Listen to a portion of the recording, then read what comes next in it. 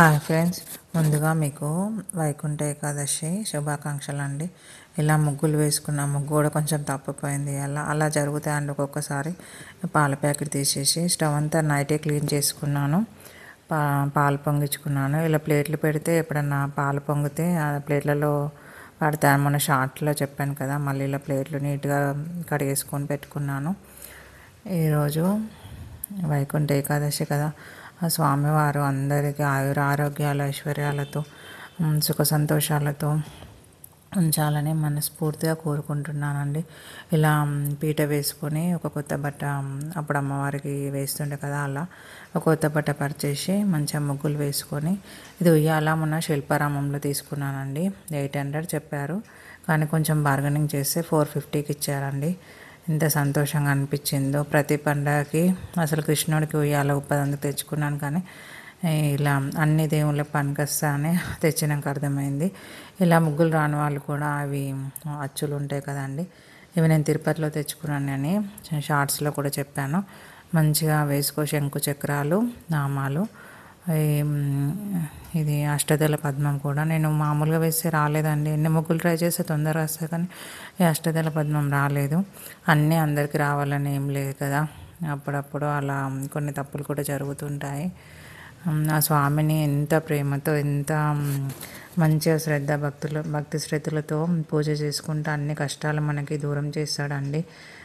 ఇలా ముగ్గులు వేయడము, పూజలు చేసుకోవడము అన్నీ మనం భక్తి శ్రద్ధలతో చేస్తే, ఆ స్వామికి అలంకరిస్తే మనం ఎంత ప్రేమగా చేస్తే అన్ని కష్టాలు దూరం చేస్తాడండి. ఇలా పసుపు కుంకుమ మధ్యలో వేసేసరికి ఎంత బాగా అనిపించింది. నేను గుడికి వెళ్ళకుండా ఇంట్లోనే చేసుకున్నానండి. నైట్ బాగా లేట్ అయింది పడుకునేసరికి. అప్పుడప్పుడు అన్నీ మనం అనుకున్నవి జరిగాయి కదా, ప్రొద్దున లేచేసరికి కొంచెం లేట్ అయిపోయింది. అయినా కానీ ఎంతో చక్కగా పూజ ఇంట్లోనే చేసుకున్నానండి. ఇంత అలంకరించేసరికి ఎంత బాగా కనిపిస్తుందో చూడండి. అమ్మవారి పాదాలకి మళ్ళీ కలర్ వేశాను. ఎంత అమ్మవారు ఇలా వచ్చి కూర్చున్నట్టు అనిపిస్తుంది.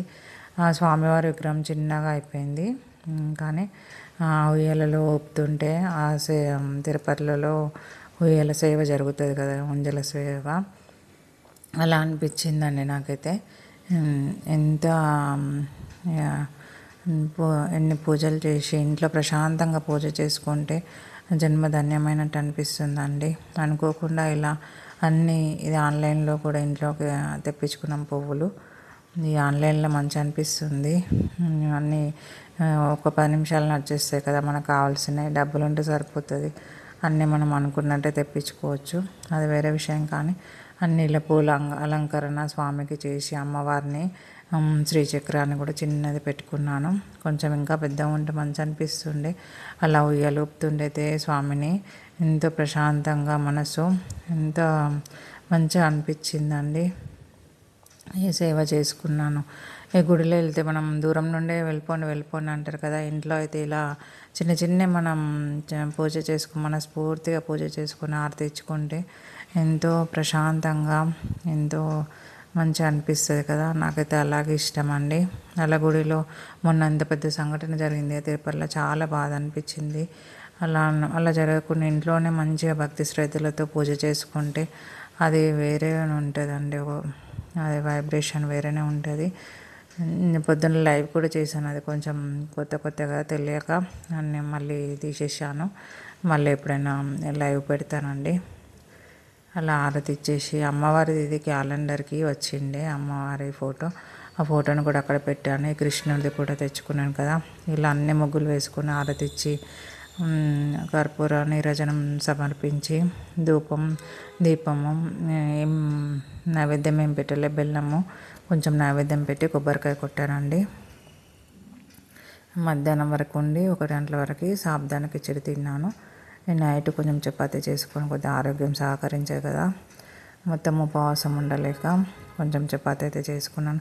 గోవిందనామాలు చదువుకున్నాను. ఇలా అచ్యుతం కేశవం కృష్ణ దామోదరం జానకీ వల్లభం, ఇలా చిన్న పాటలు కూడా పాడుకున్నాను. తల్లి పాదాలు చూసుకుంటూ మురిసిపోయానండి. ఎంతో సంతోషం అనిపించింది ఇంట్లోనే పూజ చేసుకుంటే. ఊయలలో ఆ స్వామిని ఇలా ఊపుకుంటూ ప్రశాంతంగా మంచిగా సేవ చేసుకున్నాను. జన్మధన్యమైంది అనిపించిందండి. గోవింద నామలు అయితే చదువుకున్నా.